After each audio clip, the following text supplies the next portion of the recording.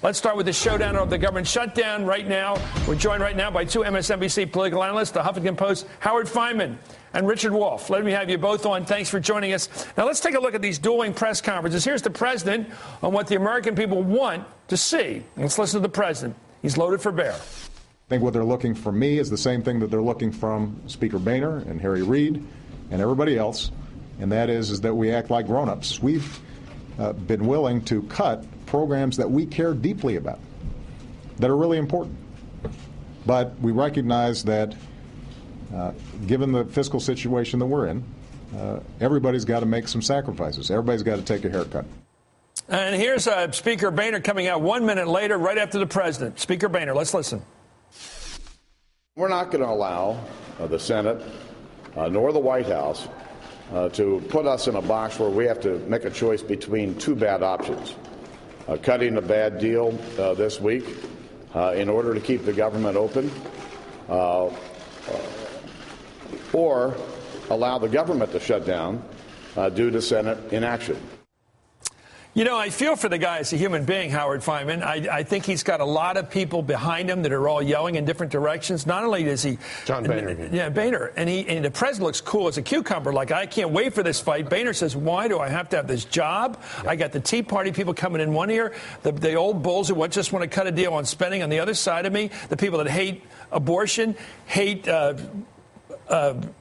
birth control, laws. Climate change, every goal in the right-wing medicine cabinet is ready to show up here. Well, I think John Boehner's sympathetic with almost all of those people that you just mentioned.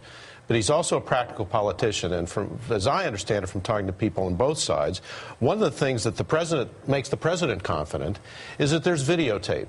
And the videotape is of the Tea Party people saying, cut it or shut it. In other words, if there's a shutdown, the president's going to be able to say that the Republican leadership was forced into this by their Tea Party constituents. Yeah. And they're going to show the videotape. It's always all about the videotape. And the videotape's going to be, we can't wait for a shutdown. We, meaning the Tea Party, can't wait for a shutdown. Richard, it just seems like the president is in a happy-go-lucky mood. Now, I'm thinking about the box he came in this week. Right. 8.8% unemployment, which ain't great, but it's going down, right? Mm-hmm. The Republican Party is sort of schizophrenic right now between its sort of regular Republicans we all grew up with, the suburban-type Republican who just wants to have a little less government, a little lower taxes, but that's all he wants, or she wants, and these Looney Tunes out there that want to change the world and want Congress. Well, they're competing for different groups of voters, okay? So the president in that clip mentioned all of his marks. There was being reasonable, being the grown-up, getting a haircut. going more than halfway, if you take the numbers at face value. So, and the other side are talking about the sort of congressional tactics. In the end, the debate for Republicans is what's harder, shutting down the government or taking on the Tea Party? And that's a completely different... Why did Boehner give away his cards? Why did Boehner admit? He said, there's some people on my caucus behind me here who would rather get rid of Planned Parenthood than balance the budget. He basically said they care about and getting rid of anything that might regulate climate change. Well, anything that might be vaguely liberal. Okay, well, I think it's the difference between somebody who sees things from the congressional beltway perspective, which ironically enough is John Boehner. John Boehner has spent a lot of time in Congress trying to be the reasonable man within his caucus, on the Hill. The president has a bigger audience with whom to try to be the reasonable man, namely the whole country. Yeah. So what you're hearing in Boehner's mind is what Richard says is the legislative calculation. Yeah. How do I deal with all these groups in my caucus? I'll tell you. Whereas the president is saying, how do I do what I do best, which is being the most reasonable man in the whole country? That's how he won the election. But also, to make Howard's point, to deliver it again, well, you said it very well, is the president says, I'm here for the people. They want us to do the job. They want us to create jobs. They want us to deal with lower gas prices. And we got to stop this diddling around about basically last year's budget. Right. And there are a couple of pieces of tape that he's got as well as the one Howard mentioned. One is what Boehner's aides told everyone at the start of the year, which was $50 or $60 billion of cuts will be just fine. Thank you very much. So first of all, they go out and brief everyone that half the amount is fine, and then they up it. The other piece of tape is the fact that, when it comes down to it, the riders are in there. That's politics. Okay, here he is. Here's Speaker Boehner about the riders. Here he is. What they call these little things that says, oh, by the way, no more funding for this, no more funding for that. Here he is. Let's listen. We will continue to insist that the policy riders passed in H.R. 1 are on the table. It's just as important to many of our members as the spending cuts themselves. I feel for the guy. It's just as important, even though you people think we're insane. It's just as important to my crazy closet back here. You know, I'm old enough to remember when Bob Dole ended up running against Bill Clinton. Yeah. Okay.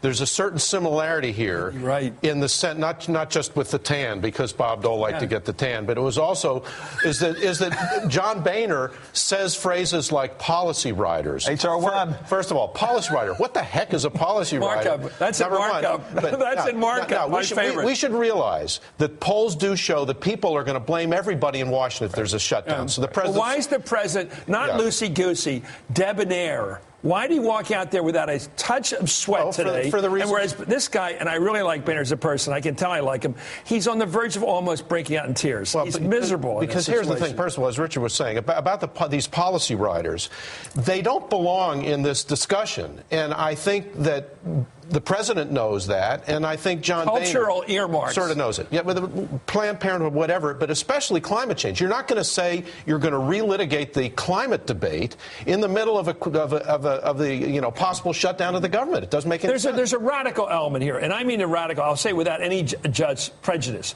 Radical. Basically, get rid of Obama's health care bill, which he spent 2 years fighting, and the Democrats have spent 100 years trying to get through. Basically, abolishing Medicare the way it was created back in the 60s. Basically, getting rid of it. Getting rid of any funding for birth control, basically. No climate change. It's anti-science, anti-sex. It seems like they've said, okay, we're in power now. We're going to do everything we ever promised to do.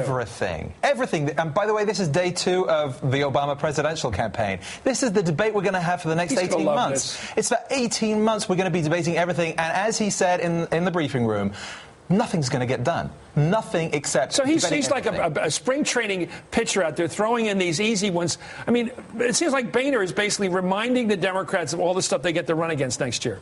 Well, that's his job. Also, I think the Republicans wanted to make sure that Paul Ryan came forth with his big long-range thing because, believe it or not, Boehner's not going to be able to deliver to the caucus everything they want in terms of the cuts right now. So they want to talk big about what's happening down the line as a way to cool down the Tea Party, but in the process of doing that, they lay out the whole thing. I can actually beat you, actually news hounds with some news here. For the first time in my life, I know something before Howard Fineman. Debbie Wasserman Schultz, a great friend of this show. No thanks to us. She's now chair of the Democrat. All politics we do know, I may have created Debbie, what's her name, Bachmann, Michelle Bachmann, names for some reason eluding me tonight. I shouldn't. I guess I'm embarrassed by the fact we created her. The missile came out of the show when she said, let's have a McCarthy period all over again. My first reaction is that's a very good pick. Well, she's very likable. She's very personable. Very woman next door. Very likable. Very smart, and knows every big player and donor in the party. And she wanted a big job in the congressional leadership. Right. This is her big job, national leader of the party. And it's going to get bigger because she's got a lot of money to help raise, especially maybe in Florida. But she'll have to raise a lot in South Florida. She's going to have to go to Texas. And, that is the route to greatness in the Democratic Party, by the way. You know who's a great fundraiser? No, go tell me. Nancy Pelosi. Yeah, but also, but also her... before that... Tip O'Neill. Okay. Also, her story, personal story is a compelling one. She's battled against illness and overcome. Right. And she's also a substantive person. I think she's a serious legislator. Fantastic guest on Hardball. Not to let that. No higher I hope praise. she remembers where the little saloon in Jersey where she started, And when she's out there playing the big room in Vegas and these places, that she's going to come back here. Are you watching, Debbie, Congresswoman? We still want you back here. Remember? The tavern up in Jersey somewhere? Thank you, Howard Fineman, like Sinatra. Thank you, Richard Wolfe. Big night tonight. Big news night.